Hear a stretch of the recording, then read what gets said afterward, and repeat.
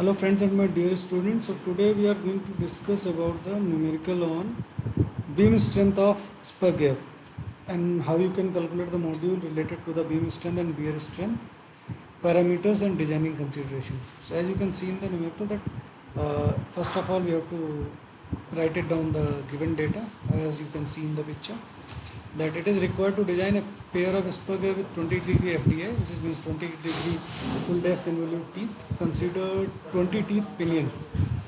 Meshing into 50 teeth gear means number of teeth for the gear and pinion are given. So then the pinion shaft is connected to 22.5 kilowatt, which is the power, and 1450 RPM electric motor.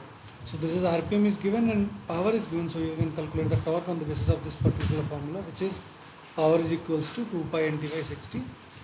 As per the, it is given in the RPM, so divided by 60, and it is given in the kilowatts, so divided by 1000.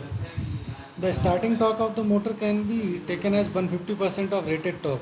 Okay, so this is there to calculate this particular parameter. SUT is given for the gear, which is 200, and for the pinion it is 410. Okay, so now first of all we have to decide that which is the weaker between the pinion and gear, which will be decided on the basis of sigma v by y. So sigma v is SUT by 3, as you can see in the picture. Okay, for the both the gears you can calculate it, and the ratio of sigma b into by you can Lewis form factor, you can calculate it after some time. Okay, with the help of this particular value of Lewis form factor on the table you can go through, which is 17.3, and similarly you can also refer the value of Lewis form factor with the help of design data. Okay, then on the basis of this you can see that sigma b by y of this particular gear is less, so you can say that the product of sigma b by y is less for gear. So it is necessary to design the gear. If design of gives gear is safe, then you can say that your whole system of gear and pinion is safe. Now estimate the module on the basis of beam strength. You can calculate the value of ng, number of teeth on gear, number of revolution on gear. You can calculate with the help of ratio of number of teeth and base velocity. As you know the number of RPM or speed, you can similarly calculate the value of CV on the basis of assuming, means you have to assume pitch line velocity.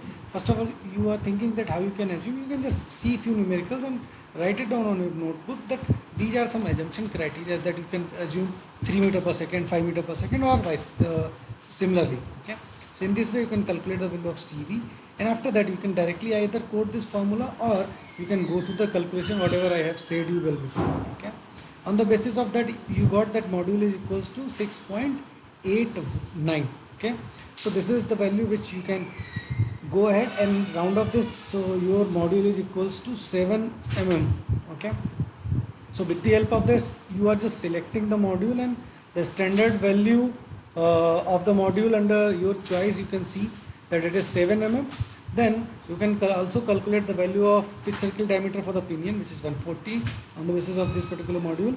Then that pitch circle diameter for the gear.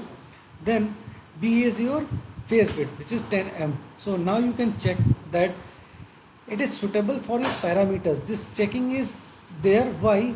Because you have assumed one parameter over here, which is pitch line velocity. So you have to check for the design that it is nearby to the given parameter or not. So as you can see, MT has been calculated. Then you have calculated the value of PT, which is this is load, and after that you can calculate the value of velocity. Okay, this velocity is pitch line velocity. This is 10.63. Okay, then you can calculate that P effective and factor of safety on the basis of P effective SB divided by beam strength divided by P effective. So your factor of safety is coming as 1.51, as we have already discussed that factor of safety for this system or as per gear designing it should be in between 1.5 to 2.5. So ultimately these things are perfectly satisfactory. Okay, so you can go ahead with this particular numerical. Okay, so try to solve out these numerical. I am just giving you one next numerical. You can also refer this book of B.V. Bhandari for such calculations and for such numerical. Do practice. If you have any doubt, do comment on the video, as well as you can also ask me personally if you are coming to the college very soon. Okay, so try to find out the value, and they have asked you different numericals, and similarly you can also refer the questions asked in your university exam last year papers. Okay, so go through it, solve those numericals, okay, and come with your doubts, and we will try to cover the next topic of helical gears in upcoming session, designing of helical gear. Okay, so do prepare this chapter. If you have any concern related to the theoretical parts, do refer the previous videos, okay, related to the spur gear design.